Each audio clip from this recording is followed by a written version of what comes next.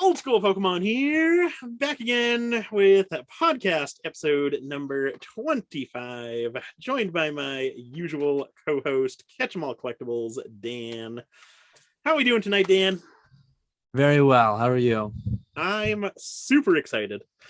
Recording this podcast on the eve of my flight down to Orlando. By the time everyone watches this, I will be in sunny Florida. Nick will be southbound. Yes, I can't wait. I'm looking forward to it. I'm going to be lagging a couple days behind. I'm going down Saturday morning, so I'm going to miss probably Vanilla Ice concert. But you'll have to let me know when I get there. You'll have to let me know how that was, what I missed. Oh yeah, I'll be sure to. Let you know how terrible that was. Yeah, but I'll be there Saturday afternoon for the last few hours, and then I'm sure we'll have a good time Saturday night. And then all day Sunday for that $1 million, $500,000 box break, whatever you want to call it. Oh man. But yeah, we might as well get right into the questions, right? I'm sure we'll talk more about Orlando after the Q&A. Oh yeah, definitely. So yeah, my first question this week comes from Mac Attack. I recognize that name as one of our giveaway winners from December. I'm surprised you remember that. It's interesting username. I don't know. That's true. It's got a ring to it. I like it. So what do you think of the system used by Ace Grading in the UK, where each service level shuts down when they reach capacity and is updated daily on their website? Won't affect you as you don't grade with them, but why do larger companies such as PSA and CGC not use systems like this? I think essentially that's what we're going to get to long term. For whatever reason, I've always been very critical of PSA, and I think they deserve it. To amass a 13 million card backlog, which is approximately where it peaked, when your annual capacity is like 5 to 10 million card range, is just asinine. Maybe their hands were tied. This is a theory that I've had, like giving them a little bit of credit, potentially. Maybe their hands were tied with the wholesale from going a public company to the private group with Nat Turner. So maybe that explains it. CGC, no excuse there. They were a new company that is new to trading cards, but they graded comic books and all that. I've always said it's an easy math problem. You know your capacity. Grading cards is you can do so many a day. PSA does about 40,000 a day right now. So the minute that you start receiving more than that in one day, you're going to build a backlog. So long term, I think what PSA is going to do, like right now, they're winding down, opening up tiers as the backlog gets. As of this Monday, it was 5.7 million cards. They were at 300 when they first shut down, then 200, 150, 100. We're at like 50 now, kind of, with a lottery and middlemen. Within the next year or two, I think we'll make it down to 10. But if and when, I think they're going to pay close attention this time. If and when it gets inundated, tsunami, whatever, I think they'll shut it down quick. I think it'll be okay. Hey, you guys are too crazy. Bulk is closed for the next few months. We'll try again then, or we'll do lottery for a few hundred cards here and there. So for whatever reason, we weren't doing it last year, but I think I'm moving ahead. I'm optimistic that they will, because this was just absurd, this whole past 2-year thing. So sounds like Ace is doing that. I think that's the way to go. Have the high tiers, the expensive tiers always open. I'm assuming Ace has some like walkthrough services that really don't shut down or don't cap. And then throttle your lowest cost ones, your lowest margin ones. So what do you think?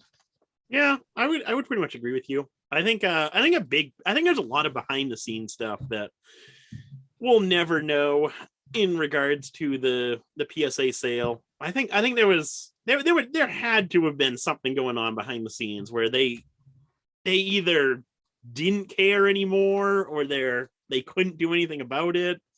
because they went far too long before they actually shut down the bulk tier, and it was right around the time that obviously the market was going crazy, so more people were submitting, but it was also right around that time where PSA was being sold, because I imagine that process took quite some time. So I think it had to have been something to do with along those lines. Either that or PSA is just greedy and wants your cards, and they'll give them back to you whenever. But I think that more so hurts business more than it helps business. Yeah, I think from like a profit optimization standpoint, I think they would have been much better served shutting down the 750 that was open until like January 2021 or whatever. Shutting that down, had they started shutting that down in the summer and then shut down up to 20, 25, 30, wherever it had to be. Yeah. Instead of processing 40,000 cards a day, with 80% of those being in the backlog for 750 each, they would be doing the same 40,000 cards a day, but like at $20 a pop. Like they would literally double the revenue having handled that more properly. And I think prices wouldn't have been a lot less like junk slabs would be out there, because people wouldn't have just chucked them in at the 750. Yeah. I was able to squeeze 5,000 cards into PSA's backlog. Had they snap went to 20, I wouldn't have got 1,000 in. So, I mean, yeah, that's hopefully they do it right moving ahead. And I'm kind of optimistic they will. I think you kind of have to now. Some issues are popping up that we've talked about in past podcasts that I think are largely falling on them, because waiting over a year to get like your product delivered to you is just not a healthy business model, or not a great thing. No, definitely not. But I do think going forward, they're doing a much better job about keeping track of all those numbers and just being more open about those numbers too. So I think that's good. And I think going forward, we'll definitely see some improvements from them, which will be much needed. Yeah, I don't think they have that new podcast on Mondays. I don't think one landed this week, and last week I actually forgot about, but I listened to it today. That's where the 5.7 million number came from. That's like where they were live as of last Monday. Yep. So they're definitely making some progress there. Yeah. So my next question comes from Matt B. Since PWCC started weekly auctions, there's been a 20% buyer's premium. I believe this did not used to be the case for the non-premier auctions back when there were monthly non-premier auctions. What are your thoughts on this? I just don't like buyer's premium. I actually made a video on it a month or two ago, probably 2 months ago when it first started. The whole eBay PWCC breakup, that was like a quick thing that they supposedly didn't see coming.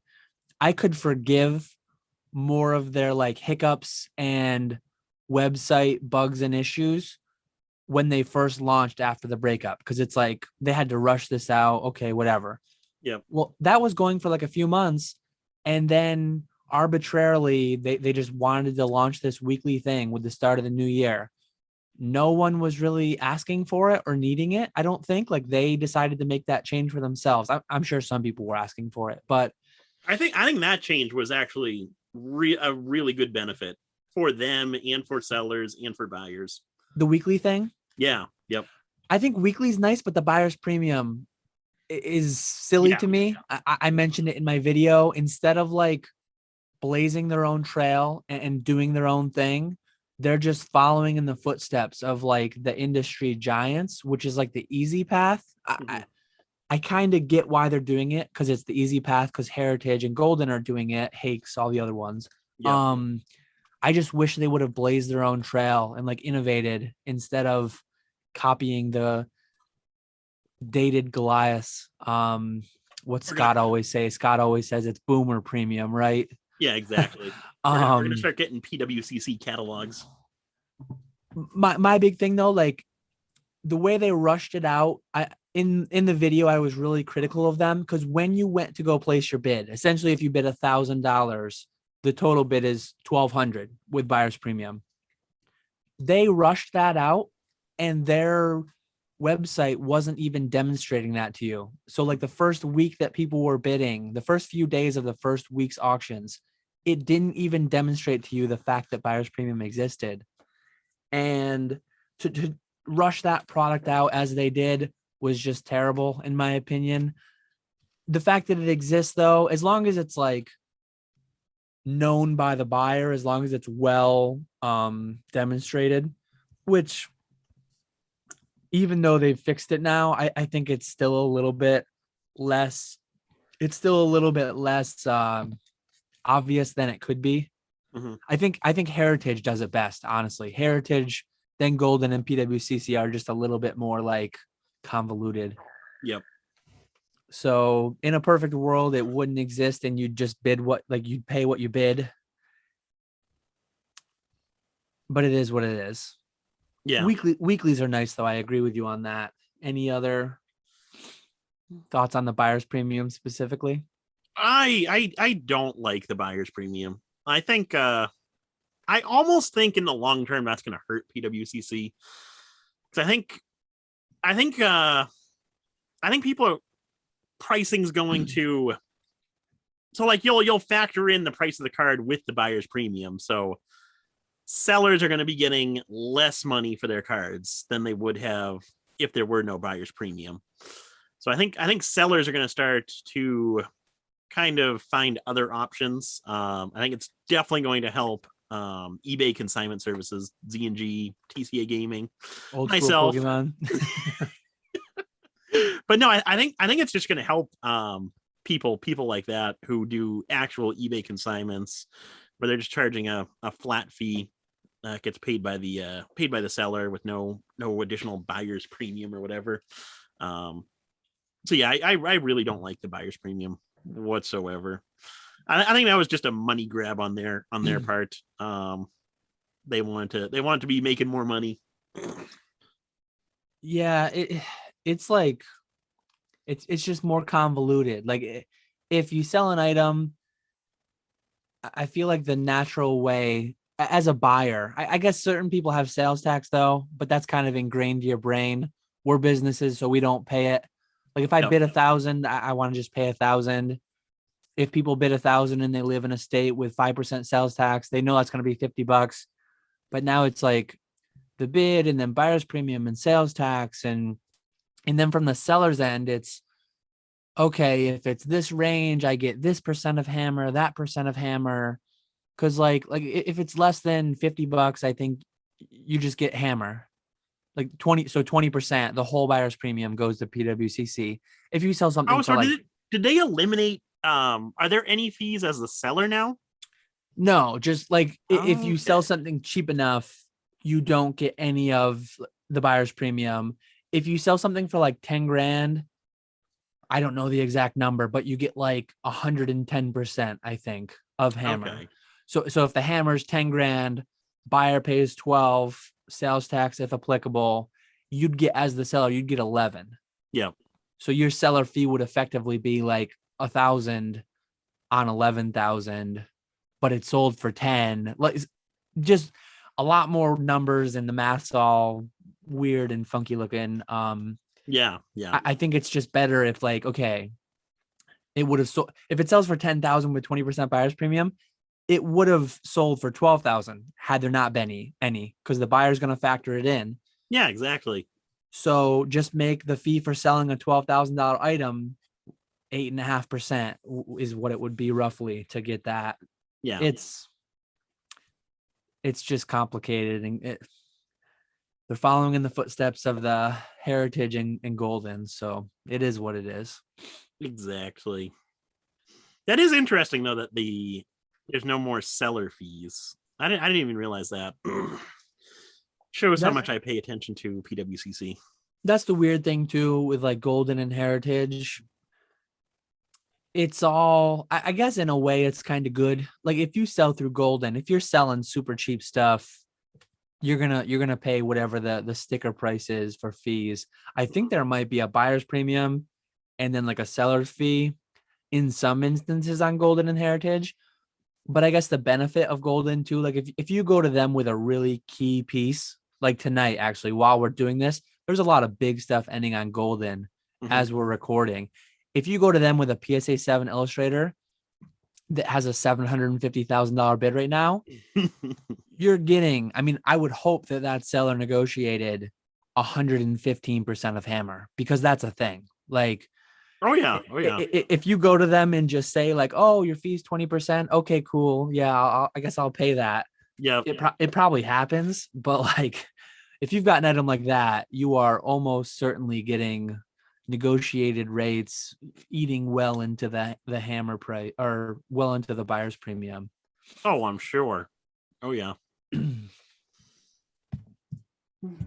So my first question comes from Stuart, and he asked, what do you think would happen to the graded card market if PSA went bankrupt or otherwise ceased to grade cards indefinitely? Would the market spread evenly amongst the current competitors, or would it prefer a single competitor such as CGC? Also, would existing PSA slabs forever hold a premium for being effectively discontinued, or would they slowly dwindle in price and eventually get cross-graded to the next best competitor? That's an interesting question. I really don't think we'll ever see a situation where this does actually occur, but assuming that it does, I almost think so. Like immediately after PSA shut down, I don't think we would see much of a change. I think PSA would still be on top, still be number one. But then as kind of the months and years go by, I think we'd start to notice this change with the modern product. Because obviously PSA shut down, they're not grading stuff anymore. So I think we'd see a shift in modern product where whatever company, BGS, CDC, whatever, they become the new PSA, and then more years go by, and then we'd slowly start to see it kind of dwindle down over the eras. So XY, black and white, so on and so forth, all the way till you get to the WotC era.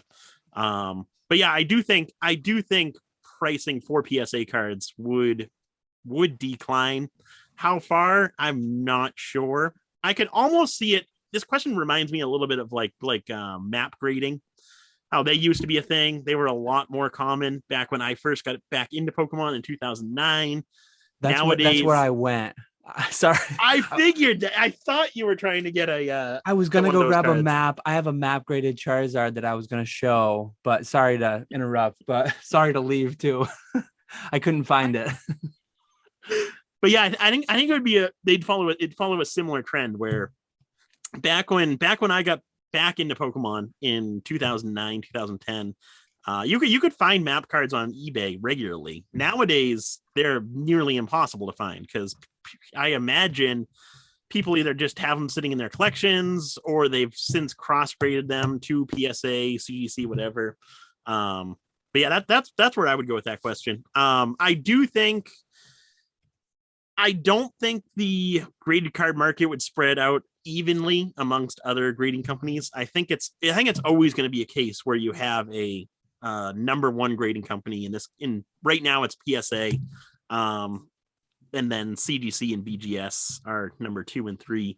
But I think it's always going to be like that. So if PSA shuts down, I think people are going to go to CGC versus BGS, or maybe we'll see a brand new company open up and take over for PSA. But I think it would be CGC. What are your thoughts on that one? So there are a couple map. I just pulled up on eBay. There's a couple map graded cards available right now. I could hear you the whole time too. I don't know where I put it, but I have a map 9 base unlimited Charizard. I actually have like a CGC 9, PSA 9, BGS 9. I kind of want to I get remember like that you had that in your background in one of the podcasts, one of the Yeah. early ones. I kind of want to get like HGA. I want to get like it would be cool to just have a Mint 9 in like all the possible all the possible grading companies I can. Yeah. But yeah, obviously it's a very theoretical question. I don't think PSA is going anywhere. Mm-mm. Very current news as of today, they actually announced they acquired a lease property in New Jersey. Did you see that? I did not see that. No. They're going to be opening a New Jersey branch sometime in 2023. I believe they'll be operational. That'll be nice. Won't Yeah, have to ship our cards across the 130,000. country. Yeah. So I think so PSA just ceases to exist. What would happen to graded cards? The market's kind of silly with graded cards to begin with. I think that there would almost be like a premium on them. Really? Not on like the junk, but like I think some people would. I mean, you got like, I only collect 4 certs. I only collect this, that. Mm-hmm. I think there's enough of them out there. Like Map, their biggest issue, there's so few of them out there. Like, what did they grade? 5,000, 10,000 Pokemon cards? Like, I don't even know. My Map 9 base Charizard might be like a pop 2 at this point. Like, how many didn't get cracked? So I think the market could get silly. I think there might be a premium short term on some of them. Almost like picture the what is it? Venusaur and Raichu, no rarity. PSA was super PSA was super silly about that whole thing. They stopped grading them for a while because they have like errors in them, wrong set number or whatever. So I think people were paying up because like theoretically another one could never be graded, and now they're grading them again. Yep. Look at those ultra premium collection metal cards still getting kind of stupid prices. PSA stopped grading them temporarily because they're like getting damaged. Yeah. And people are still paying thousands and thousands for ones that are in a holder in a way that they're going to get damaged. Like so the market can be pretty silly in my opinion. I think they would be silly about it, and I'd just bump up all my prices on eBay and wait for it to shake out and see what happens. Yep. Where would future demand go? I think it would. I think like CGC would be the main inheritor of Pokemon, but maybe not. Maybe it would leave room for some new one to open up that grades easy, like PSA. I think that would be really the only possibility of a new grading company coming into Pokemon and being successful is if something happened to PSA. Yeah, like I think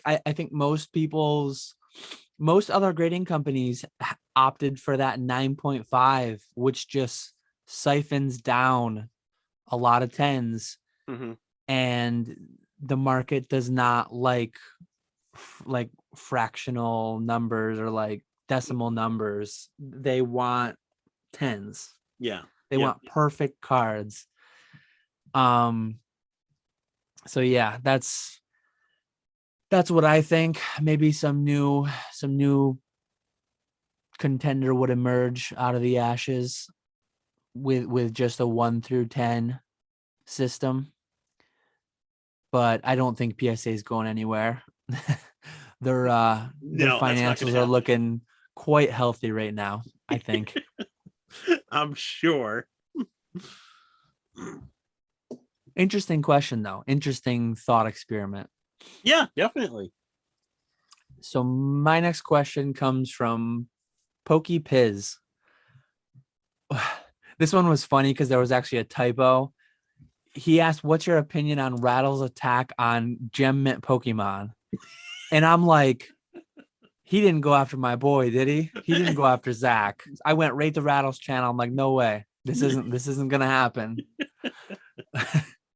Zach's a treasure. Oh yes. So then we went back and forth a little bit, and he meant graded gem, the whole graded gem middleman scenario. I don't have too much of an opinion. I did watch like the whole YouTuber beef drama thing. Like Rattle made a video, Connor made a video, Rattle made a video, back and forth. I watched them all because, well, I listened to them in the background like I do. I consume a lot of YouTube, and people in Discords were talking about it, and so I listened to them. I like Connor. I years ago I did some business back and forth with him. Seemed like a really nice guy. I don't really know him too well. Haven't done much with him in the past few years, but it seemed like an unfortunate scenario all around. I wasn't involved. I don't know like all the intricacies. I know that he said, she said, all as just a party to the outside of it. So packages get lost. I've had packages get lost. Insurance exists for a reason. And if they were lost, the optimal time for them to be lost in many ways would have been on the return back in graded form, because then their market value is much higher and it's much more concrete. But when you have raw cards get lost, an insurance company is not going to pay out on theoretical value that they might have achieved. So I think that's where a lot of the issues came from. Mm-hmm.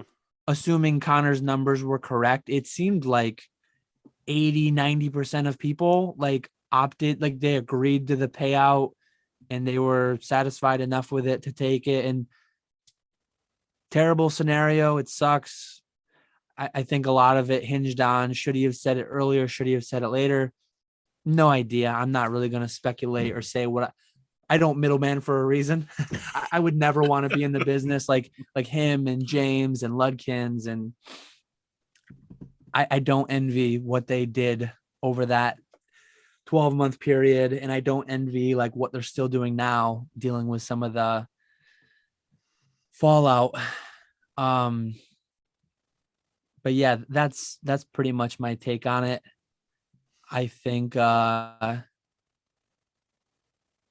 PSA obviously doesn't have any fault in this because it didn't even make it to them. But if we were in a healthier, if they were in a healthier place, like it wouldn't have gotten to where it was 8 months. Like if cards were coming back in 90 days, I guess Connor would have had to have acted faster, right? Because the people would have been like, well, where are my cards? People are getting them Yeah, back but regularly. Like the only reason he was able to go 8 months or whatever without notifying people is because yeah, it that's blended true. in. It blended in with the norm. And I, never 8 months, but I used to ship direct internationally years ago on eBay. I've had tracking numbers freeze in somewhere in Europe, somewhere in Australia, even somewhere in the US. I've had tracking numbers like freeze, no updates for like 2-3 months, and then just get unstuck Mm-hmm. and Yep. make it. So like 8 months is a lot more than 3, but again, I don't know the intricate details of it. I guess I won't comment any further, but there's like a little bit of, because some people are like, oh, should have told them within a week, should have told them That's a within a little month. ridiculous. Yeah. Like, no, like you can't, like packages sometimes, like I think he was overnighting them, which I didn't even, or maybe 2 nights. I'm not too familiar with like, I guess through the post office, they have Global Express guaranteed. Mm-hmm. I've done that and it's been like 36 hours to Germany, 36 hours to UK, Australia. But so maybe a week and a month or a month on overnight. I don't know. A lot of it's speculation. It's he said, she said, YouTube beef drama. But yeah, that's, did you watch all the videos? I didn't. I did not watch all of them. No, I saw the original Rattle video, and then I saw Connor's kind of reply to that video. But I didn't watch Rattle's. Rattle did a second Reply to the video on it. reply. Yeah. Oh God. No, I didn't. I didn't watch that one. I think it's just more drama, is what I think it is. It doesn't concern anyone not involved, especially where graded gem isn't a thing anymore. Unless you're actually involved with graded gem in this situation, it really doesn't matter. I want to say, obviously, it sucks for the people involved, but Yeah. yeah, I didn't really follow that one too much, but I do think that they should have.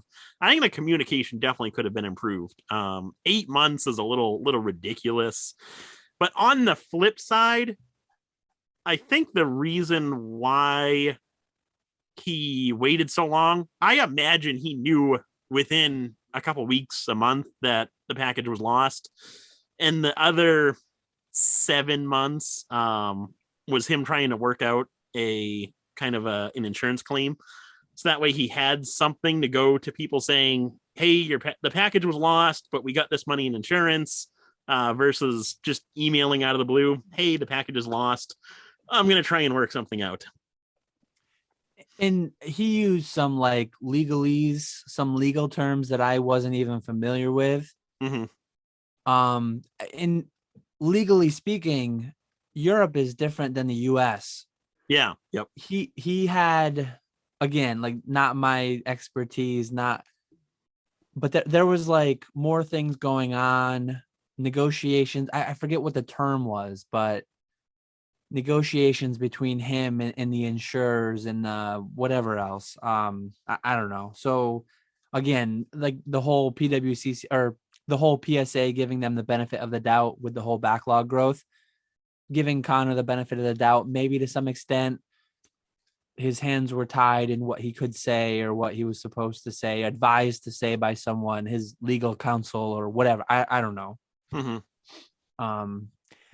But you made a really good point that I think, like, society in general, not even just the Pokemon space, but like the amount of outrage people have on others' behalf is like that is especially true in Pokemon.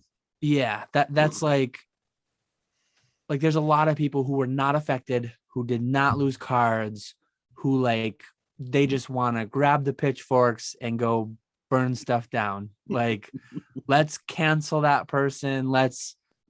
He's the worst person ever. Like, I mean, that ties into other drama situations we've had in the in the hobby too. Exactly. But like everything, it'll blow over and we'll be on to the next topic. Yep. There's always something else. Oh yeah. Exactly. So my next question comes from Toasty 699. I always hear low pop, 8 versus 9 versus 10, and cracking / regrading cards. My question is, what is going to really happen to the pop reports for cards? Wouldn't that mean the pop reports aren't actually true if cards are being cracked from, say, CGC to PSA? Say that person doesn't report that card being cracked. Aren't you really doubling, tripling, etc. between PSA and CGC whenever they report or whenever they release their pop report? Then multiply that out. So it's definitely a thing. Pop reports not being accurate. For that reason, people cracking cards out and then not mailing the label into PSA, CGC, whatever, like Dan over there. Do you actually mail the labels in? Yeah, no, neither. I've never done that. Screw your pop reports. I can't imagine there's many people that actually do that. but yeah, it's definitely a thing where people crack cards to either put them in binders or send to another company or to just regrade, and they hardly send the labels in. So I think if you want, I don't think it's a huge problem where pop reports are doubled, tripled from what they actually are, but I do think it is a slight problem where pop reports are higher than they actually are. I think if you want to get a good indication as far as like the true pop report and the true percentages, look at the PSA 10s, because obviously very few PSA 10s are getting cracked out. Unless you're Logan Paul over there. But yeah, very, very few PSA 10s are getting cracked out. But I would imagine there are a decent bit of PSA 9s that are getting cracked and either resent to PSA, hoping for a 10, or sent to CGC, BGS, hoping for a 10, which definitely isn't going to happen. But yeah, that's what I would say for that question. Yeah, I agree. As you can see, I'm flashing some labels over here. Buy the label, not the card, right? Yes, exactly. I collect labels. I've got a nice CGC 9.5 burn tower here. You can see it over there as a PSA 10 burn tower. I think people honestly care too much about pop reports. As you made a good point that I was going to make if you didn't. PSA 10s are like the true pop report. There might be a couple that aren't right. PSA is terrible though too. So like some of them are incorrect because PSA like labels cards wrong.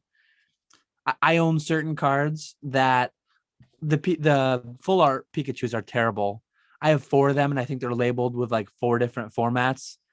So some of them are like 2014 World's promo Pikachu #1, and then some of them are trainer #1 World Championship, like just same thing but in a different order. So they feed back to like 2 different pop reports. Yep. But yeah, 9s and 8s are going to be inflated. CGC 8.5s, 9.5, some amount of 9s are going to be inflated. But at the end of the day, like especially when you're looking at pop reports of like set cards, there's a lot of set cards printed, a lot of them. People get too worked up over pop reports, in my opinion, like way too worked up over them.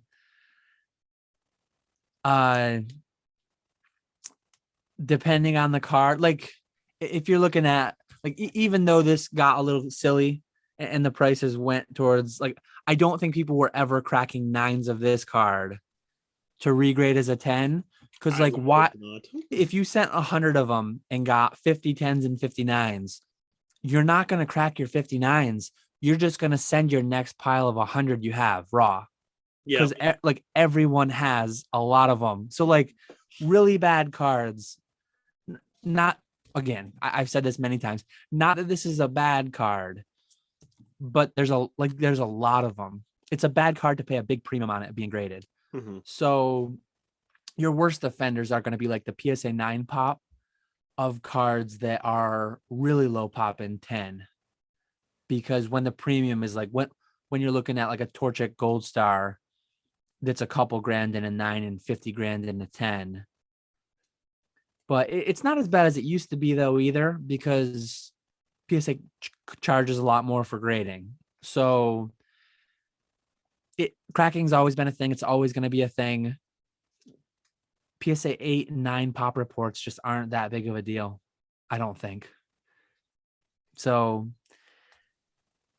it is what it is, I guess. Mm-hmm.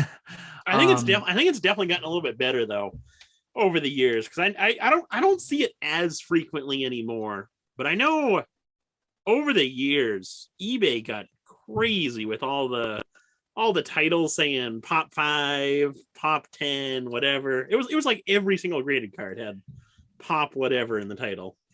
And people have all these like conspiracy theories about CGC not releasing the pop report as if it's gonna affect prices and this and that. And it's like, I think they're just incompetent, like every grading company, and they don't know how to make a pop report or whatever. Or like, I don't think the pop report is really going to change that much. I'm excited for it to come, but I'm not like dying for it to come. Like I'm not super stressed about it. I'm interested to dive into the data because I like data, but people worry too much about pop reports, I think. And and I kind of like flash these kind of joking. I think I have every label that I've ever cracked. Like I don't destroy these. They're somewhere. And I've been doing this for 8 years. I've graded well over 10,000 cards, PSA, CGC, everything. I haven't cracked 100. Like I don't know if I've cracked 50. I probably have. The whole years ago, you remember the whole PSA 8.5 epidemic? Oh yeah. I think I cracked 30 something eights alone in that time frame. So aside from those, I've definitely not done 50. But with those, yeah, I'm definitely over 50 with those. But I've got them all. So maybe someday I'll post an Instagram story and then just at PSA, hey, if you want to fix your pop report, here they are. Like, there you go. When I'm a guest on their podcast, I'll tell them about them. That's never happening. Yeah. Good timing. Here's our next question. I know, we rolled into this one real nice. Gardevoir level X and Honchkrow level X are some of the lowest pop cards in the entire TCG at PSA 10 pop 2. Why are you and others not trying to actively obtain these cards? There are a lot of level X's that are sub pop 5 that would definitely fetch large premiums at auctions. Glaceon level X, for example. I myself am looking to get a Secret Wonders booster box since it's the best set, value, nostalgia, and artworks in the Diamond and Pearl era. I realize they are difficult to grade, but am I missing something big here? Thanks as always. Main thing you're missing is demand. James with Z&G Emporium, he recently auctioned some heavy hitting level X cards. Single digit pops, low double digit pops. I know who's selling them through James. I've spoken with him quite a bit.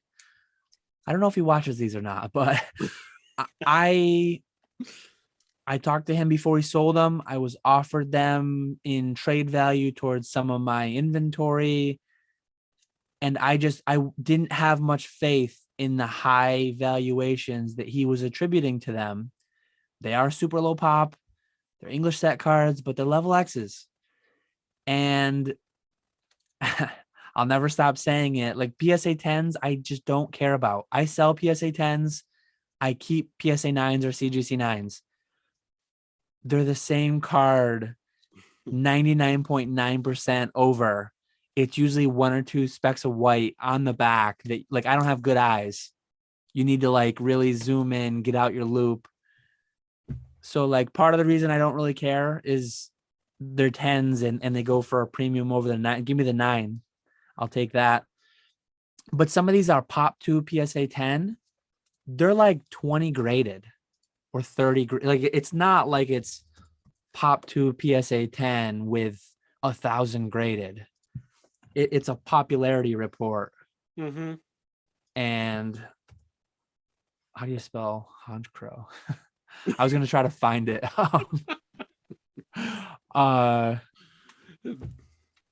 So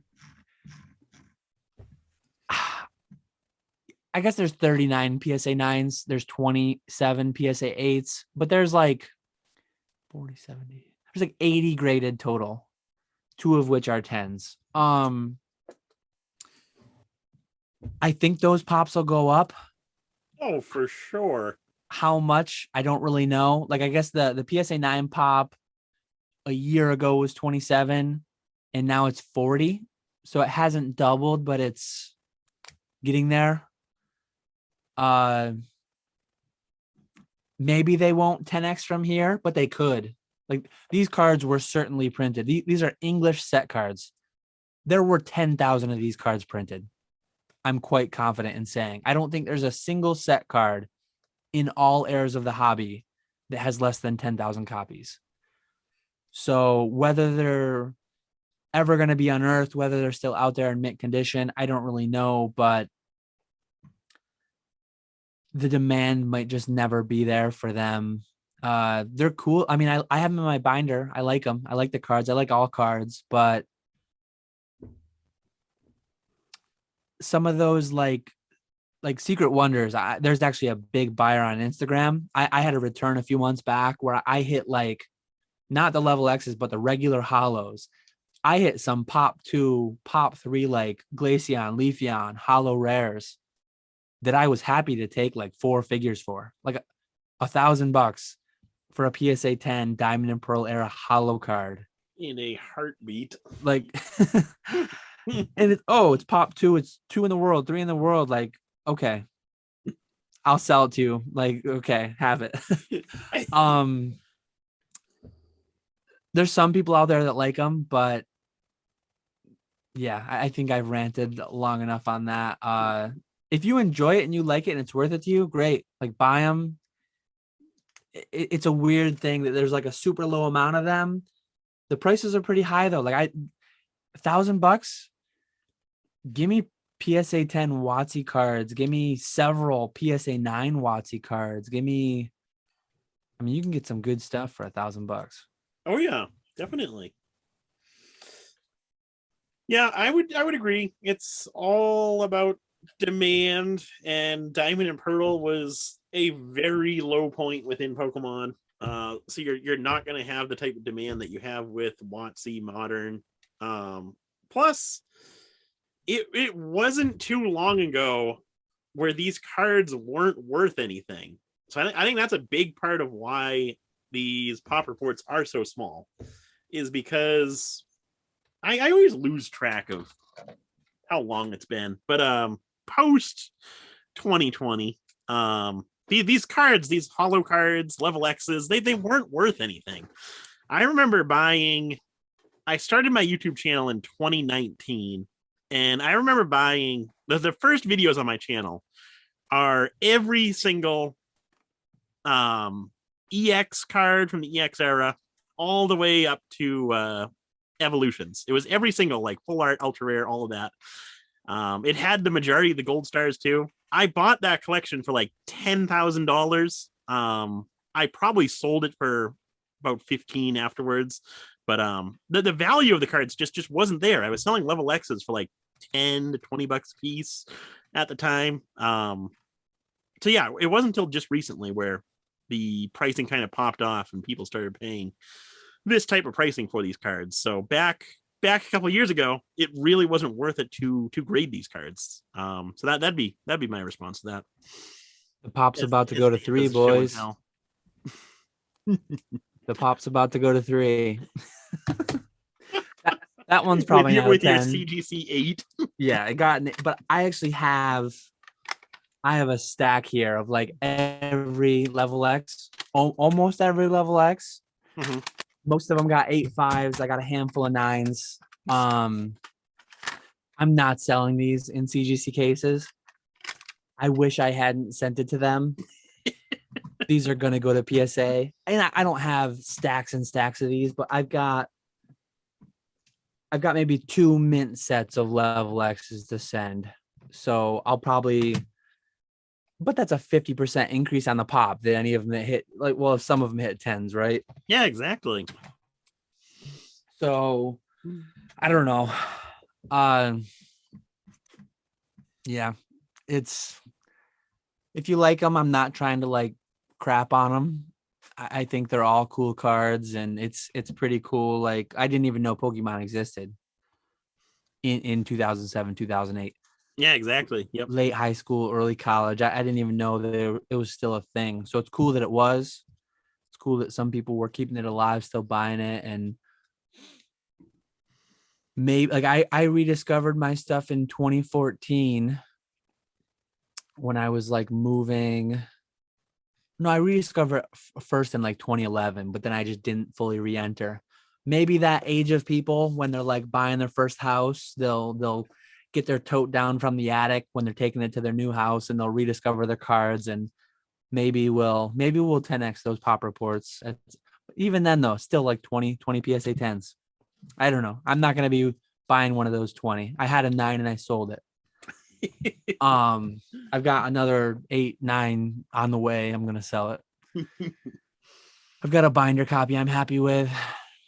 Oh yeah, yep, exactly.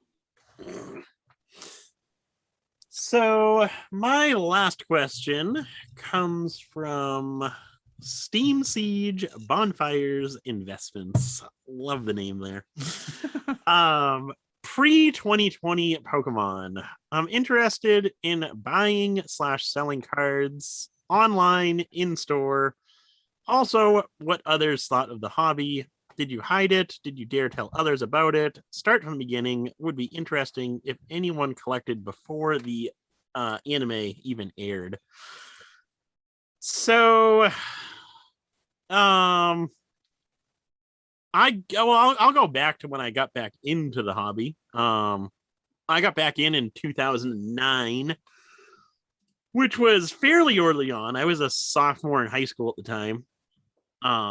Basically just found my childhood collection in a closet, like Dan said, and sold those cards on eBay.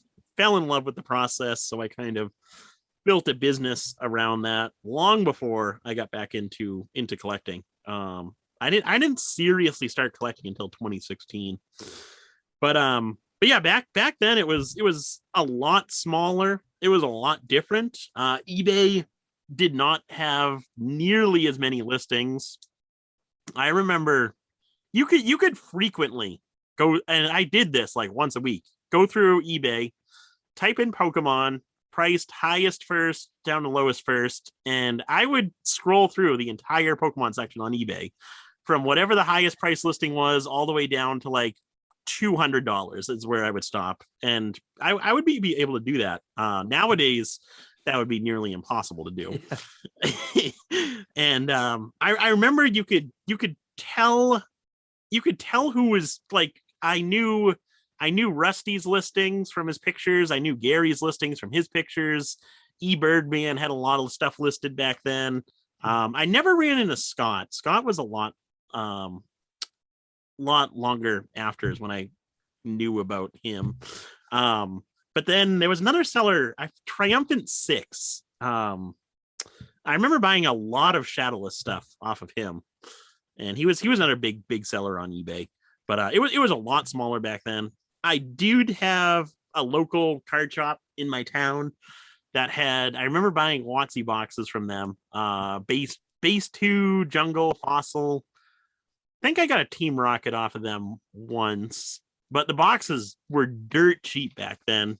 $100-$200, something like that. I remember buying packs online, unlimited Jungle Fossil packs for $1.50, $2 a piece. You didn't have to worry about weighing back then because packs were worthless. Nobody was weighing packs back then. But yeah, so it was a lot different back then. And to answer the second part of the question, did you hide it or did you dare tell others about it? I always, my parents always knew about it because I was obviously shipping stuff out every day, so they had to know I was doing something with something. So they always knew about Pokemon. They didn't know how much I was spending on Pokemon at the time. That didn't come till a lot longer later. Because I would be selling stuff and then I'd be buying stuff too. So I'd have more and more packages coming to the house as I kind of built up my business a little bit. And so they didn't know how much I was spending on Pokemon at the time, but they always knew that I was selling the cards. But yeah, that's how I would answer that question. Hopefully that was where you were going with that question. Yeah, 2014, a bit later, is when I got into the hobby. I never really hit it or anything. I like my coworkers that I was closer friends with, they knew that I was flipping Pokemon cards on eBay, and I'd ask around some friend groups like if anybody had any kicking around, and I always had an eBay thing going on. 2014, when I got back into Pokemon, I was in my own house, but earlier, like my parents always knew I was on eBay. I lived with them through 2013. Well, between college and them, I was flipping like I was repairing PlayStation 3s, and I was like flipping coins and steins and video games and always something. So I never really hit it or anything. And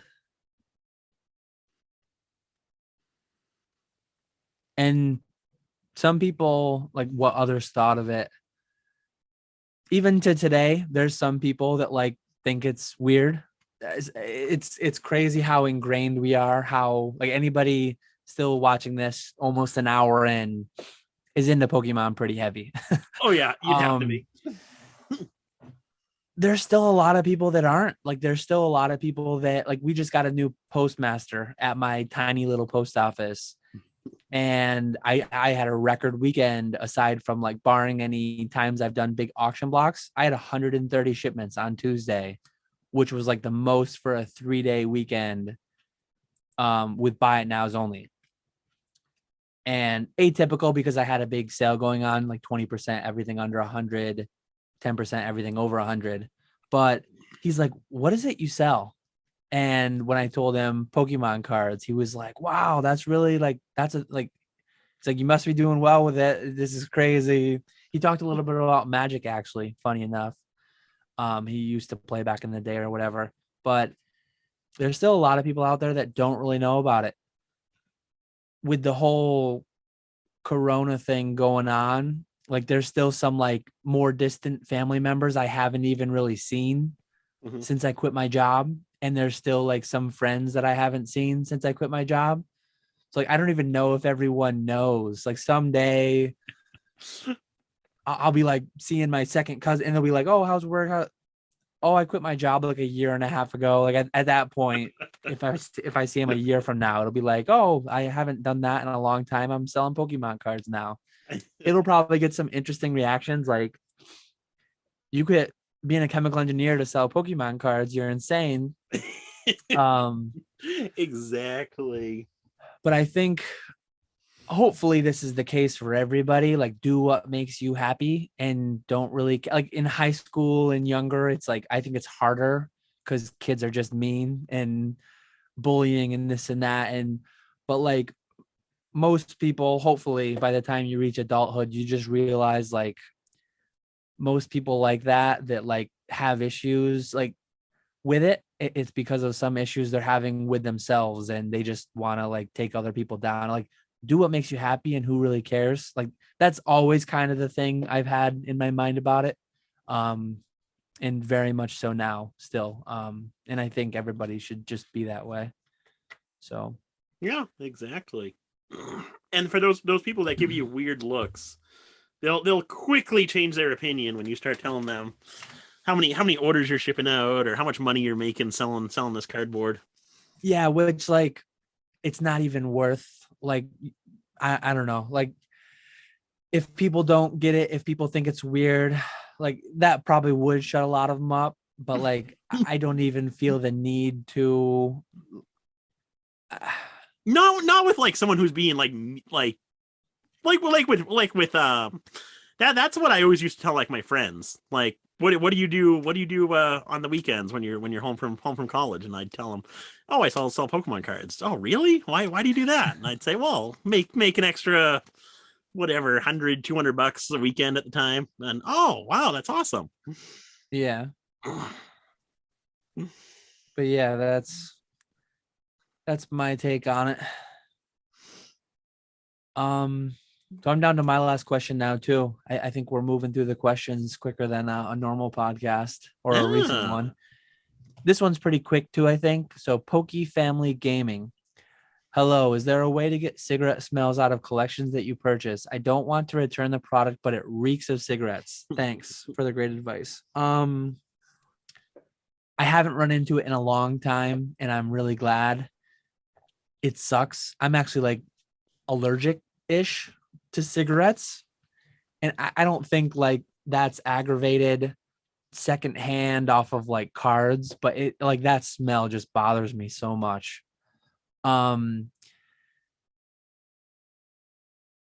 Thankfully I've never really had any that I really wanted for my own collection that stunk. Like, what I've always done is just like flipped them quicker, but advertised that they smelled. Best thing you can do, air them out.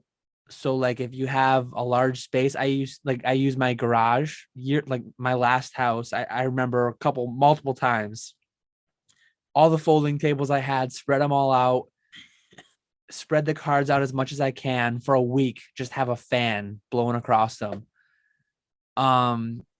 If it's just like a couple things, or if it's like a single binder, something like that, seal it inside a tote, maybe sprinkle some baking powder over the outside of it. Dryer sheets. There's actually this spray. It's called Ozium. Don't soak the cards with them. Don't like spray the cards directly, but like if they're in a binder, spray it on the binder, spray it on the binder pages lightly, like get it in the vicinity of them. What that essentially does is like it masks it. It doesn't remove it. But that's really the best you can do. Some combination of airing out, Ozium, baking soda, and dryer sheets.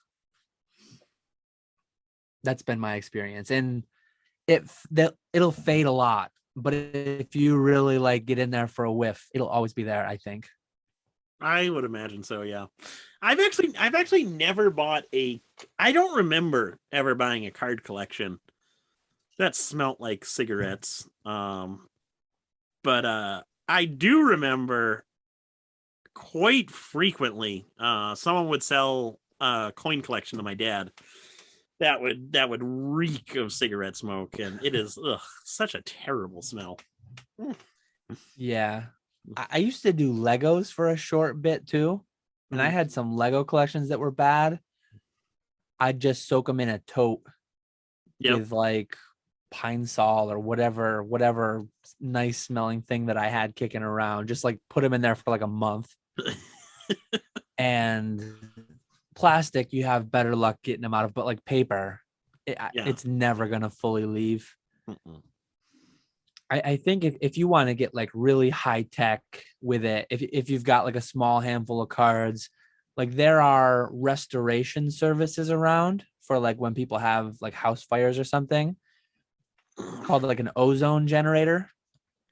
So you could like potentially, if it's high value things that you really want, like potentially there might be some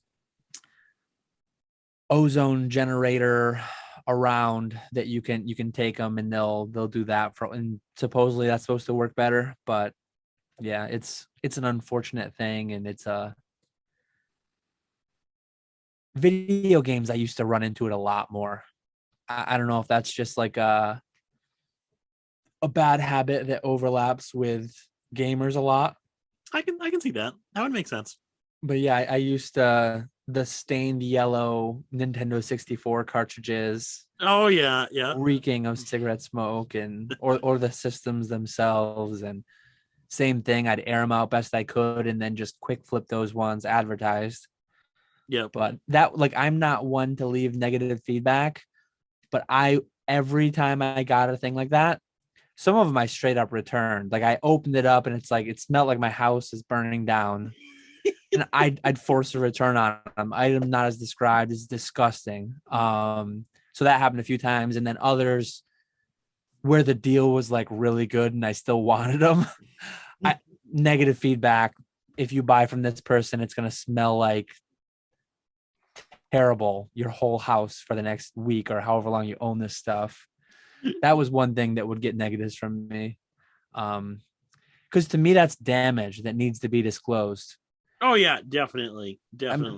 To a chain smoker who lives in that, and like they're not even going to notice it. They're not even going to know it's a thing. So I kind of understand that they wouldn't think to advertise it that way. But like when you see, I've almost seen people like memeing on the whole smoke-free, pet-free, kid-free home thing. But like if it's real, like that's a plus. If I believe that it's a smoke-free home, it's like, okay, that's good.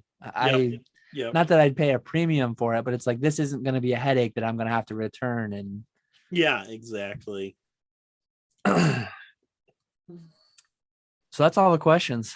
That's everything for the questions. Burn through that in about an hour. Yeah. Goldin is actively ending. all the stuff I was looking at ended. I was only looking at 3 things. Illustrator, $900,000 with buyer's premium. That absolutely blew my mind. A 7. I was not expecting that whatsoever. I thought it was going to be less than the last 7 sale, which the last one sold about a year ago for 375 or somewhere around there. Mid 3 somewhere, yeah. Yeah, that exceeded my expectations. I think I guessed at or slightly below last sold is where I guess this one was going to end. Yeah, I was thinking like 325. I think I said in our Patreon we took guesses, and I think we were all way off. So yeah, that one was a big surprise to me. Are your patrons getting their value if you guys can't even estimate the the final bid on an Illustrator? Come on now. I know we're slacking. A little bit painful to see, but another one that I watched was and I bid. I bid. I was like the 3rd highest bidder, maybe. Number 2 half art Pikachu. What did that one go for? 30.6 with buyer's premium. Ooh, that hurts. So it went for 25.5. It's painful to not, because I bid on 2 of them last year. One with Heritage, one with PWCC. Mm-hmm. And I bid in like the 50s. So this is down 40% from there.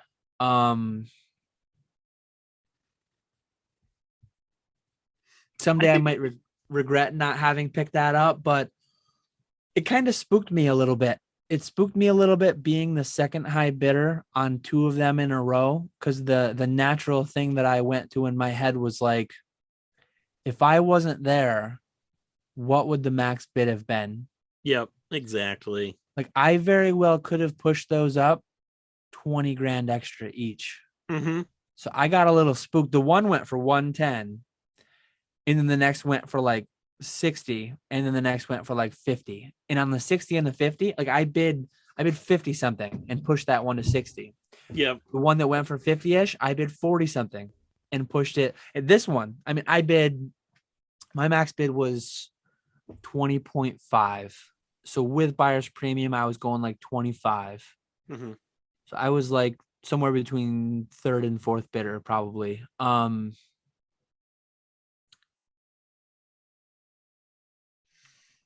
30 grand though, like I think we've seen way too many of those pop up. And the number 2 specifically, why we're seeing the price just plummet. It's weird. The number 2 specifically, like maybe I'll buy the next one for 25. We'll see. But I like that so much more than certain other cards that are going for 30 or a lot more. Yep. Like I think Mew Orbs, like I want a Mew Orb. At the peak, that one of those sold for like 60 or 50, or one of those sold for a lot. And I think Mew Orbs are being offered for like 20s now. So those are down fairly significantly.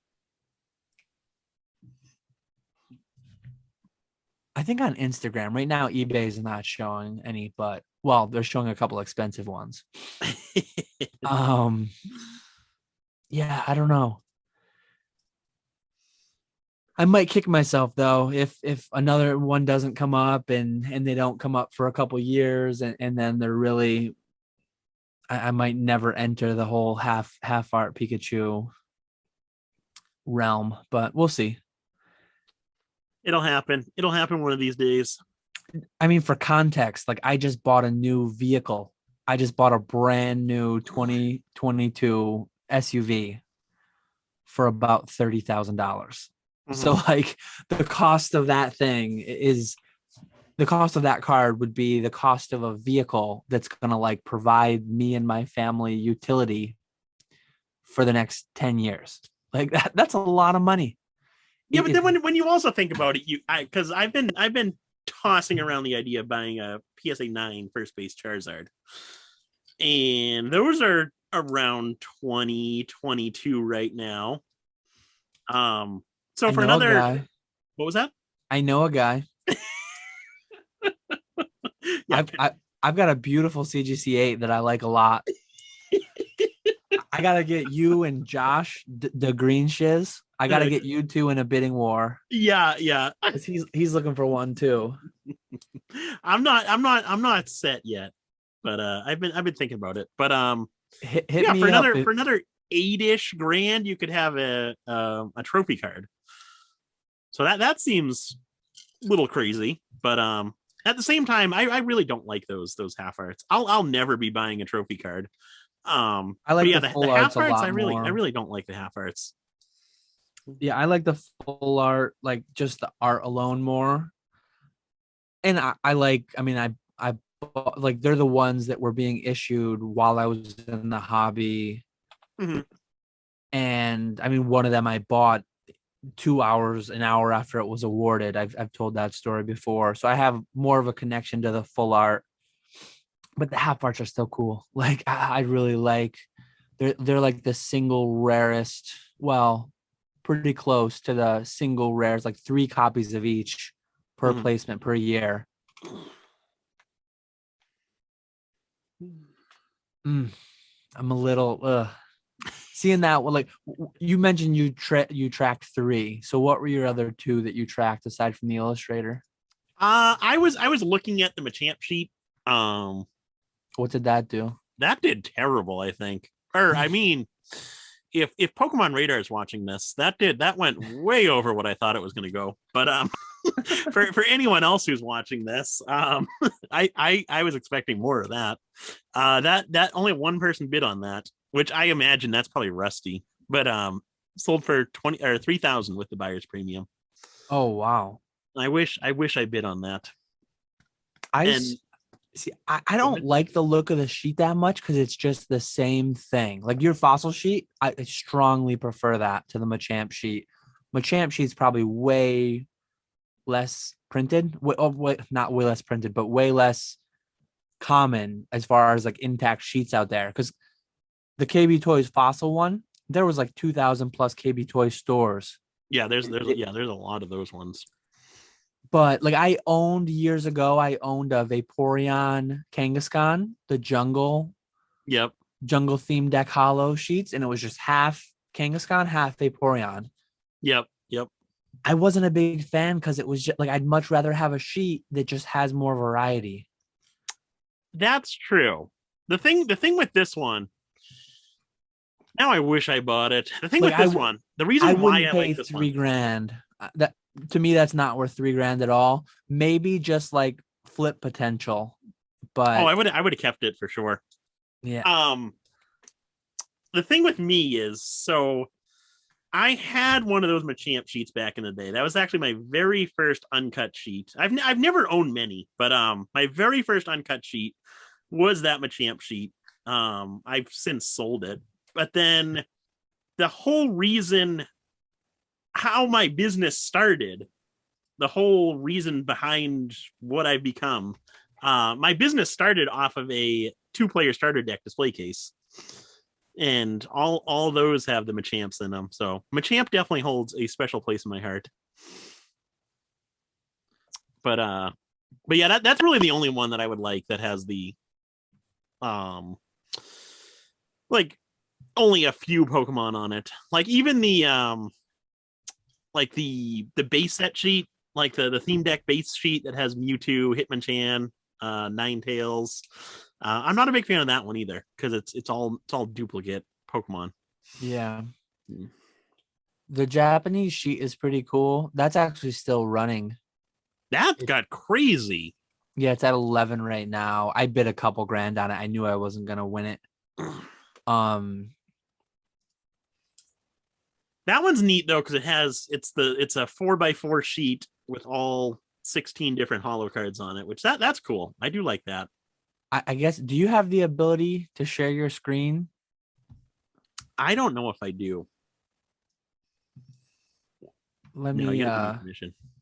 If you want to share your I've just got a million tabs open like always. I'm trying to find an easy way to see what's sold. You can't really see what's sold within this auction block. It won't let you share right now? Let me try again. No, it says you disabled participant screen sharing.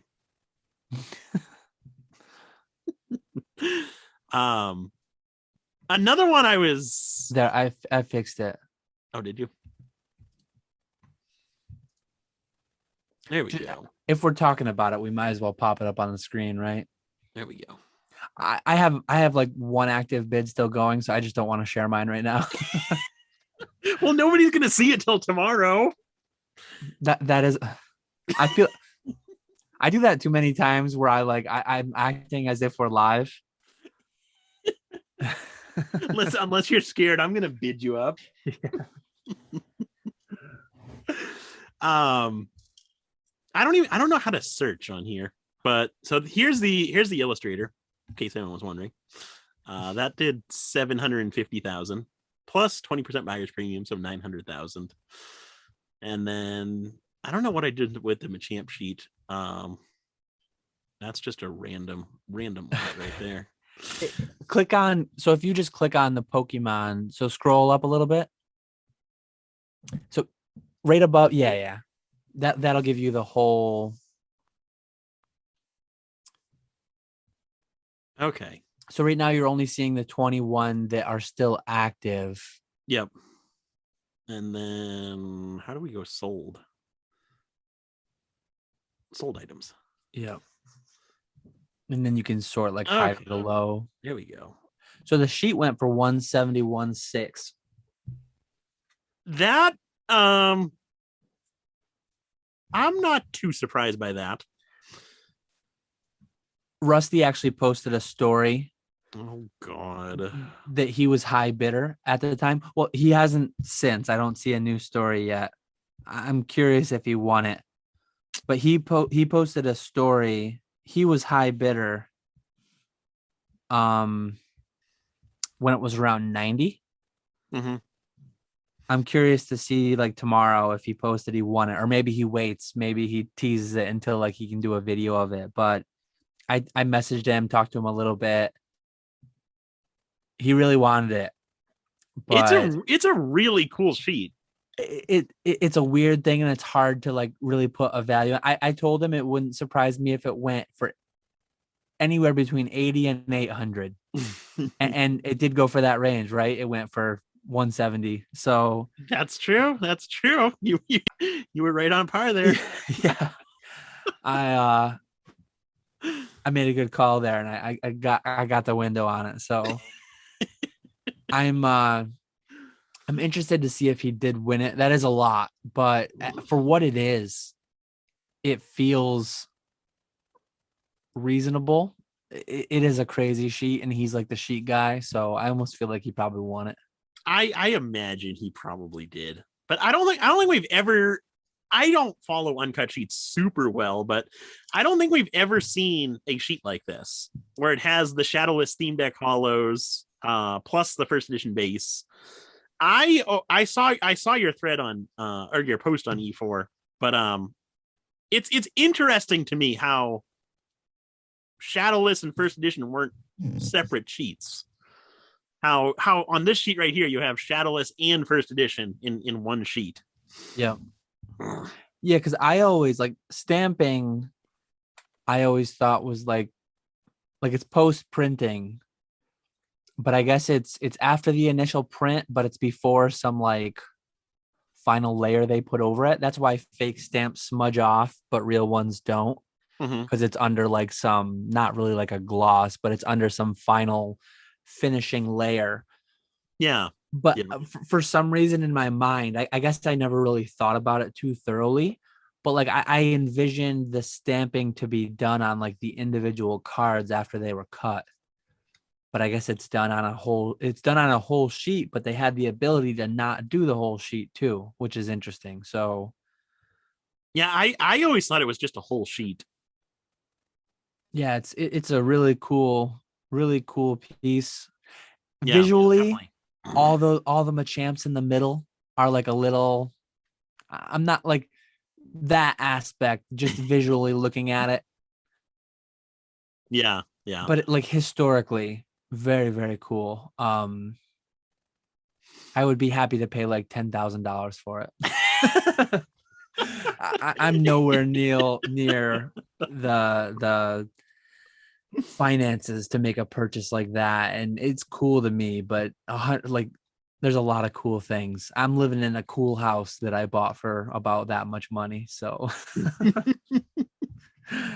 but no, that's definitely a cool one right there. And then here's the number 2 trainer. yeah, 30,600 for a mint 9 copy. yeah. So with buyer's premium, I was in for about 25, and I lost clearly. Oh, you didn't lose by much if you were in at 25. Oh, 20, no. Okay, yeah, with buyer's premium. with I was okay. I got you. I was 20.5. So okay. I'm the reason why it like went to an odd number, I think. Yep. I was 20.5, and then they probably went like 1,000 increments. Oh, I guess it went from 21.5 to 25.5. Oh. But yeah. But yeah, I like I said, I think that's a case of just too many of those popping up all at once. Yeah. Or within a couple months of each other. So the techno sheet there too. I don't know why they call it an atomic refractor. I don't know what that means, but yeah, this one's I don't like that one. I mean, but I like tops. I bid nowhere near that, but I bid like half of that. It for what it is though. I mean, Techno Series 2, that is a cool piece for sure. You don't see Series 2 much, and then Techno's the rarest variety, 2 per box. Mm-hmm. That is super cool. And Series 2, I mean, you're the second half of the Pokédex. Look at the heavy hitters there. You got the birds, you got the evolutions, you got Gengar, Mewtwo, you've got Snorlax, you've got Dragonite. Yep. This is a heavy hitting. You don't have Charizard, you don't have the starter, but you've got the second half of the Pokédex is pretty stacked. Yeah. It doesn't have my Charmander, but it's got my Gengar, the Mew, my boy Haunter. It's got Dragonite's in there. The birds, yeah. Gyarados. Yeah, there we go. Got a lot of star power in there. Including the Staryu, literally star power. Yeah. But then when you look at this for 20, like I'd much rather pay the extra 10 and get the Pikachu. Exactly. Yeah. Yeah. It's all about, I mean, the market's going to value certain things higher than you and certain things less than you. And just buy what, like, don't worry about what the market thinks. Yep. Buy what you enjoy. If the market vastly overvalues something compared to what you do, just don't buy it. Exactly. That lot too. Now, I was going to ask you about this one. Did you win this one, Mr. Lot Guy? No, it went for a lot. That seems like a high price. Yeah. It went for a real lot. I bid, I don't even remember. A lot less than that though. A lot of low grade stuff. A lot of 7s and 8s. And when you're talking 7s and 8s, jungle and fossil, yeah, those are really cheap. Yeah. Oh yeah. Especially, I mean, non-hollow 7s and 8s. No, first base. You got 5, 4, 5, 6. Like they paid more than the sum of all the parts, I think. It looks to be that way, yeah. I didn't get too crazy, like hammering down exactly what the values were, but it is a first edition PSA 9 Red Cheeks. Did you make a note of that? It's not the yellow cheeks, it's the red cheeks this time. Yeah. But yeah, that to me went for very, very expensive. Yeah, that does seem high just looking at it. Yeah, I didn't really understand it. I looked at the packs too. Did you see the 36 pack lot? I was gonna do the math on that. What is the math on that? They not a ton are sold. So it's 36 packs, all Yeah. PSA 10. I was gonna pay like 500-ish, and I was very iffy on doing that. So I think I bid 15 Mm-hmm.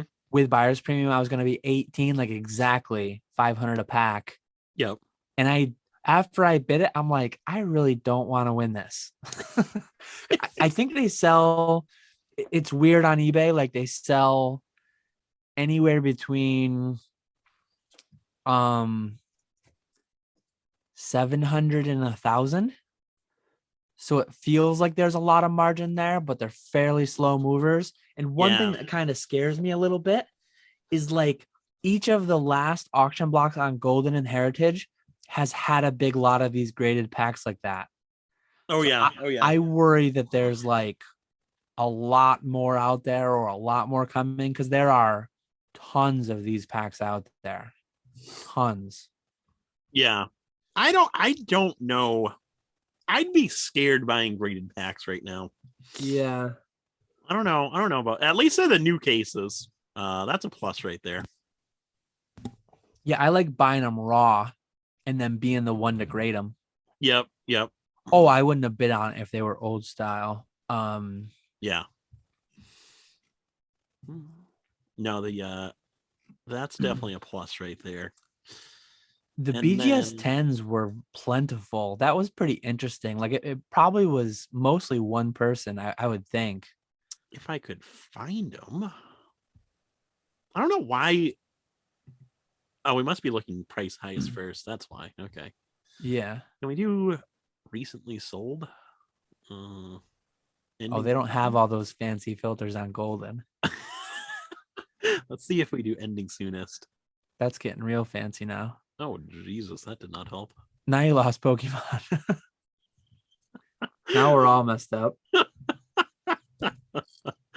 Technical difficulties.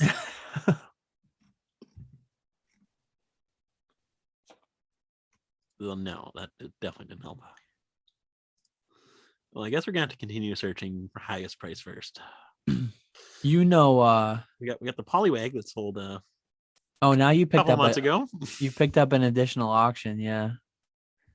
Oh, there You we know go. The sheet finally ended. you know Hisoka, right? Yeah. Yep.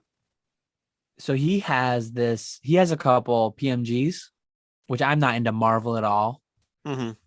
but he has a PMG Hulk that's at $39,100 right now. Oh my God.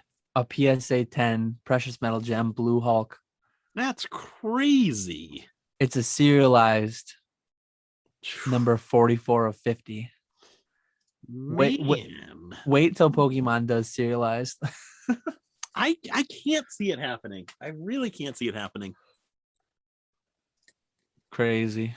But the sheet sold 13,320. Yeah, it's a cool sheet. It's clean. Like it gives you one of each. I like that. Yep. Gives you the whole, all 16 hollows, just 4x4, one of each. Mm-hmm. I like that like aesthetic. Yeah, definitely. The only way they can improve it is put it in order. But yeah, that was pretty cool. Definitely not worth 13,000 in my opinion. Yeah, not to me. I bid like $2,000.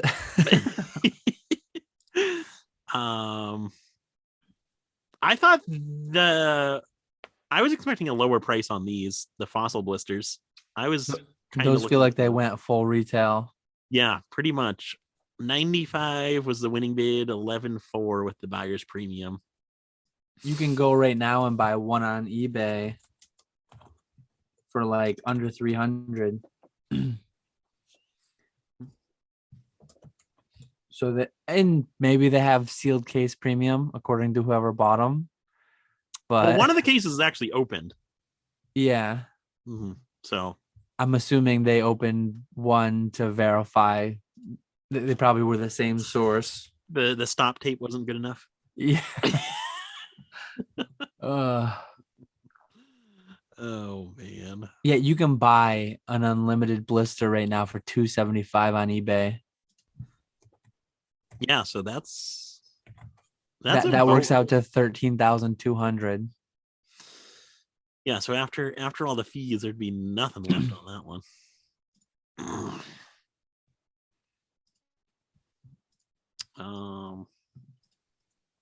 I do want to see some of the black labels. I wonder. I think they only had one black label, but they do have. You can search BGS 10 Pokemon. Let's see.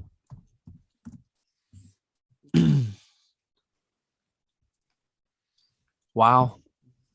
17,000 for the Dark Charizard. Oh, I didn't even. Man. That's a hefty 10 premium.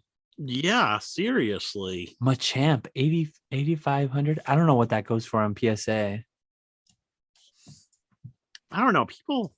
People love BGS. I don't understand it. Yeah, I don't even like paying. I don't pay PSA 10 premium and then paying like more than that. Yeah, exactly. For even more minute differences in card quality. At best, I mean, some of these 10s, they're gonna be no better looking than some of my 9s. Exactly. Yep. I know the Squirtle. I just listed a PSA 10 Squirtle for 2,000. This one sold for 5,460. So that is a good premium. Yeah. Crazy. Didn't they have a Meowth black label? I'm not sure. I think they had one of the legendary bird promos. That's black label. That's the only one I noticed. Oh, here we go. 1,260 for the Zapdos. And then 1,200 for the Articuno. So those ones did really good, I think. Yeah. Oh, and then here's the Meowth right here. 1,000 for the Meowth. So they all sold for about $1,000. 1,000 to 1,200. Yeah, that's a lot for. That is, yeah. that is a real lot for sure. I'd rather be the seller than the buyer. Yeah, on one of those for sure. Because there are so many sealed copies of those. Especially the legendary birds. Yeah. And they're getting back down to where they're reasonably priced. They got expensive there for a while. I think that's all the good auctions though. Were there any more that we missed? Just search PMG Hulk. PMG Hulk. Shout out Hisoka. Oh, why didn't the blue come up? Oh. Is it still going? Oh yeah. There you go. My bad. So since I told you, it's gone up like 6,000 more. That's absurd. So this one has. Yeah, this one just got a bid recently. So it's got another 30 minutes minimum. The way that Goldin's extended bidding works, every new bid resets a 30-minute timer. Okay. So theoretically, it could go indefinitely, but at some point, I mean, it's going to hit its max, right? And people are going to stop bidding, and then it'll close. Yep. And like right now, like I'm logged in, I can't bid on this. You're not even logged in. So, no. But like I don't have the option to bid because I didn't bid in the pre-window. Similar to PWCC, you have to bid in the pre to be approved for the extended. Heritage though does it differently. Essentially there's pre-bidding before the live auction, and then anyone can bid in the live auction. You don't have to bid in the pre. So, which I like that. I like the way they do it the best. Yeah, it's more like eBay. Yeah. Yep. Except for it doesn't have a fixed end time. They have like the anti-snipe. Yeah. That's crazy though. 45 grand for a incredible Hulk card. Yeah. I was just messaging Hisoka actually. I told him congrats. he Yeah, that's awesome. he Did he grade nearly it himself? yeah. I think he nearly sold it for significantly less privately, and then he kind of like just went for it, Nice. selling it with Goldin, and Good for he's him. doing well. Yeah. Yeah, that's a That's lot of awesome. money. Oh yeah, that'll be nice right there.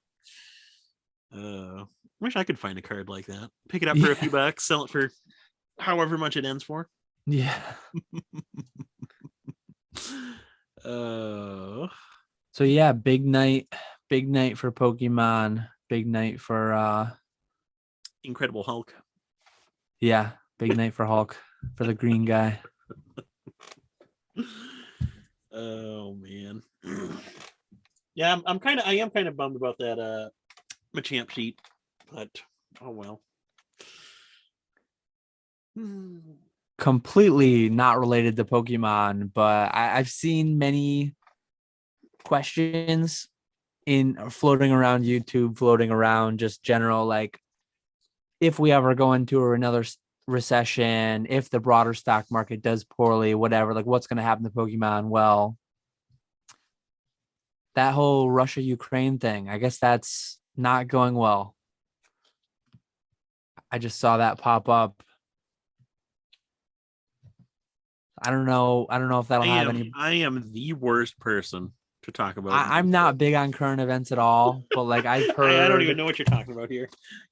Russia and What happened? Russia and Ukraine are not getting along, and I think they're going to be having a conflict of some sort.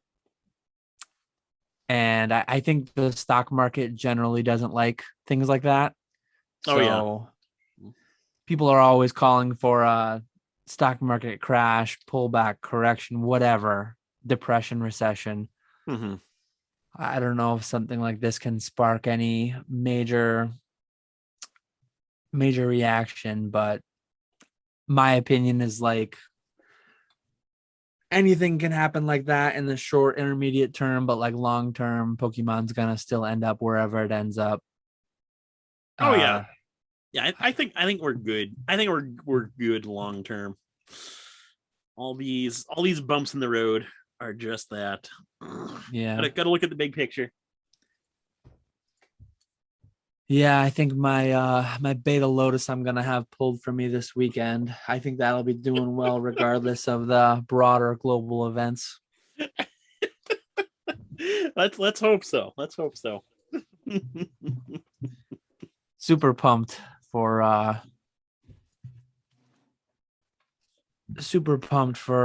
Orlando. I cannot wait for that. I am so excited about that. I'm I'm like I said, I'm flying out. By the time you guys see this portion of the podcast, I will be in sunny Florida. So I'm leaving tomorrow. Still trying to get packed, get organized, and all that stuff. I'm vending, so I have 3 tables there, and stressing a little bit about all the packing that I still have to do. Nick and I I'm are liking the shirt. sporting. Nick and I are going to be sporting branded shirts. Yes. Yeah, I that we finally picked up. made up some old school Pokemon shirts too. So Yeah. I'm excited to give that a shot. I got my new 3rd edition double-sided business cards, print run of 5,000. What's the tree for? Actually, that's Linktree. That's their logo. Oh, I meant to ask you about that. I was wondering what that was about. I thought you were going green over there. Yeah. I really liked their logo, so I threw it in there. I felt like just the Charmander and the QR code was going to be too bare. So I'm like, oh, it's right above where it says Linktree, like scan QR code for Linktree link. Oh, look at that. Every edition, I'm going to switch it up. So I've got 5,000 of these. That'll set me for like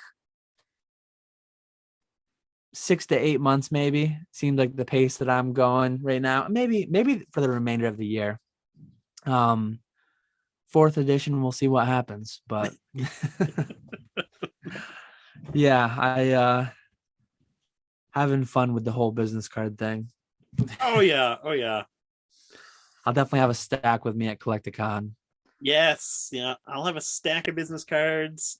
Got some new stickers, so we'll hand some of those out. I'll give you a couple stacks to just hand out to random people as you're walking around. Yeah, we'll have to trade. We'll trade stacks. So like I'll give you a stack to leave on your table and let people grab them if they want. And then I'll be more mobile going through the crowd. I'll just be like slipping them in people's back pockets and backpacks and There we go. I like it.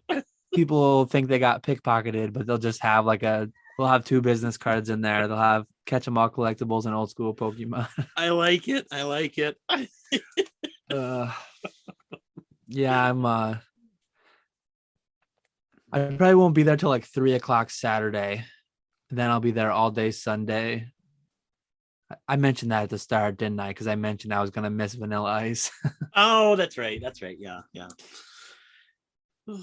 Yeah, Yeah, I'm excited for it. I'm really curious to see what sales are going to be like. The one in June, last June, really good sales there. Obviously, Pokemon was in a different spot there back then. yeah, But since June, Collecticon's definitely grown bigger and bigger. More and more people are going, so I'll be curious to know what sales are like.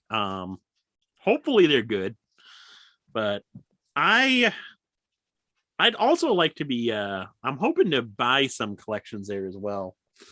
Hoping we get a few people coming up to the table looking to sell their collections. That would be nice. And then just meeting everyone, being able to hang out with everyone. I'm really looking forward to that. Use it as a kind of mini vacation. yeah. Yeah, I'm excited. I need to reach out to Heritage and see because I won the beta pack and then 2 Metazoo. They're supposed to come with like the VIP. I never bought a ticket for Collecticon, but they're supposed to be included in that. There you go. I don't know how I get that. Oh, that's true. Yeah. I wonder, it'll probably have a list when you get there. Yeah, maybe. They'll see the shirt and they'll just be like, yeah, let this guy in. We're not letting this loser in. They're gonna have like my worlds thing was right around here. The lanyard. Oh, yeah, yeah. My lanyard from DC was just on my desk the other day for some reason. I can't find it, but they're gonna have my lanyard ready, full access, VIP, backstage, everything. Okay. There. Once they see the shirt. Exactly. Yeah, the other nice part about going is we're supposed to be getting a snowstorm Friday, and I will not have to be doing any shoveling. Yeah, I'm Which gonna have will to be snow so blow. nice. I'm gonna have to snow blow my way out Saturday morning to get to the airport, but That's the nice part about leaving early. Don't have to worry about that stuff. yeah. Probably shouldn't leave the family though to dig themselves out. It'll be nice to have Let them it. fend for themselves. Yeah. Uh, but yeah, it'll be a lot of fun for sure. Be similar to it'll be Vegas 2.0 in Orlando. Yeah, it's crazy too to think like I didn't go to any Collecticons last year, but they started last year and they just seem like such a ingrained part of the hobby already. Like they started in a hype year, but it was a weird year with the pandemic and all that. Yep. Like they were all in Dallas last year, right? Or all in Texas at least. Yeah, the first 2 were in Fort Worth, and then the third one was in Houston, I want to say. So it's nice this year that they were able to spread out. I think we're targeting the same ones, right? Orlando, Charlotte, Denver.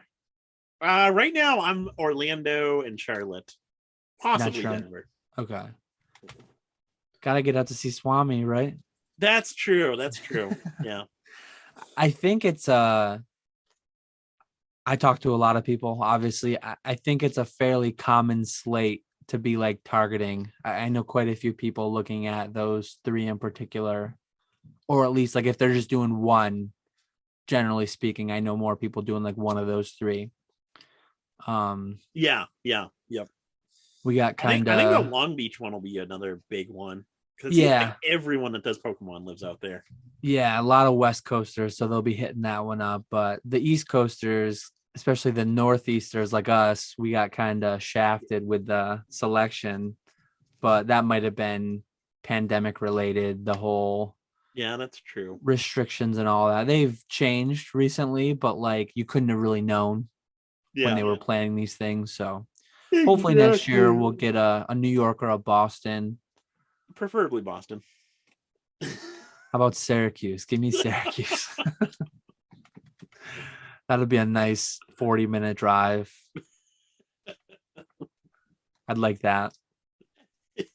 But yeah, I'm excited to check them out. Not having been to a Collecticon, Nick's got 3 tables, so I'm just gonna borrow a little real estate on his.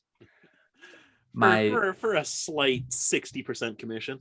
yeah, my backdrop here is some of the stuff I'm gonna be taking. I've got some heavy packs and gonna try to offset my cost on the magic pack a little bit, especially if I take a beating on it and pull like I don't even know what the bad rares are. I know what the good rares are.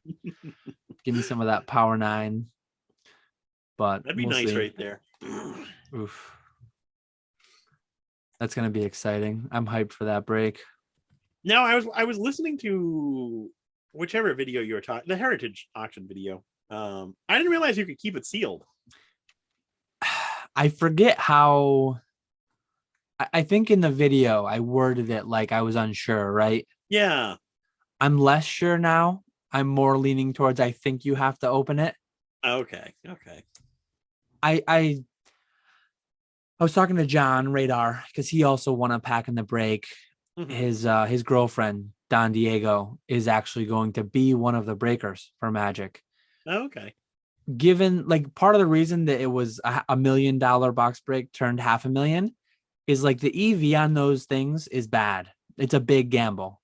Oh And yeah. I think that's why they went so low, because presumably you had to open it. And if I was Heritage, I would want them opened. If I was Collecticon, I would want them opened. Like imagine the advertising you can do if a Beta Lotus gets pulled, if That a is first true. edition Charizard gets pulled. Like they want that to happen and they want to blow it up everywhere. PSA too. Yep. Included in the purchase, one card gets PSA graded. They want someone to pull the Lotus and get it graded. They don't want sealed packs going home because it's just not like, oh, we broke a beta box and 30 people kept it sealed. So like they definitely want, I think it's going to be a forced open, but I shot my shot. I mean, I sent a message to Gary actually, Mm-hmm. and he didn't say, oh yeah, but he said, he's like, oh, talk to this guy, talk to that guy, maybe. But then Yep. John actually emailed Heritage and they said no. Okay. So I'm going to email them probably about like, how do I get my VIP passes? And then I'll just like, I mean, ask. Worst case, they say no. Yeah, exactly. If they say no, I'm going to like when I'm there on Saturday, I'm going to just talk to a bunch of people. I'm going to try. I'm going to try to get up on stage repping the Catch 'em All collectibles. I'm going to try to open it myself. I hope you get I hope you do get to open your own pack, but at the same time, I almost hope they don't let people open their packs just because of how the Pokemon Saves the World event went. And that break took way too long. I'm going to pull the clip up on my phone because I was like the MVP of that break. One, I tied with Super Duper Danny. I opened the Shadowless Charizard, right? But I opened nobody cared as much about yours as they did hers because everyone took so long and everyone was gone. But I was the quickest pack opener up there for sure. One of my I only opened 2. One of mine got opened before because there was a slight mix up. But I when I bought it, when I bid on it, I bid on it per the terms of the auction. I assumed it was going to be opened by someone else. So I bid with that in mind. So I'm not going to be like upset if it has to be opened and it's by someone else, but I'll be really happy if I get to open it. Oh yeah. And it'll be if I get to keep it sealed, which is least likely. I think it's more likely I'd get to open it myself, but if I got to keep it sealed, it would be really cool in that like I wouldn't lose thousands and thousands of dollars. And beta can be like beta 36 packs, like the sheet behind you. If it was a beta sheet, which exists, they're pulled like in order. So like if somehow 30 packs got opened and 6 of us got to keep them sealed, you would know, not exactly, because it could be off one end or the other. But like if they were in the middle, you would, like there's a Lotus in there that never got pulled. Like you could map it. Yeah. That would be insane. Yeah. But that's if they have to pull the pack straight out of the box. Right? That's what, yeah, they're going to be mixing them up. But like the way that it works though, like if they were opening them in order, you could literally track it in order. Oh, that's true. But if they mixed it up, like supposedly they're going to mix it up. So you wouldn't be able to follow in order. But if this one's pulled and then that one and then that, like they'll all fall within a range of 36 continuous connected cards. That makes sense. Yeah. So if you had 18 of them opened, you could find the gaps and see which ones were left. There would be a little bit of unknown, like, oh, it could be 2 that way or it could be 2 that way. So you might, but we'll see what happens. I'm excited either way. And I do have 2 Metazoo packs as well. We're 2 hours in, so most people stop listening, but I am looking forward to like interacting a little bit with Metazoo people. I'm going to be doing that. Are you going to be one of those people waiting in line for the Metazoo promos? I own the NFTs. Supposedly, they're supposed to have like a different line or something. Oh, there we go. Like I have an app that directs to my wallet, and I can prove that I own the full set of like Metazoo NFTs. So theoretically, some of the utility is like access to product earlier, access to product with a special variant, access to product cheaper.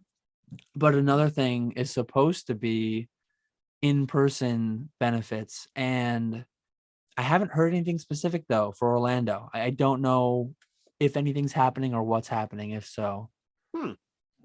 But hopefully, even if you could skip the line to get the Collecticon promo. If there's a special line, nice. I'm interested to see if that pans out at all, or if I just own a silly little GIF. I guess we'll see.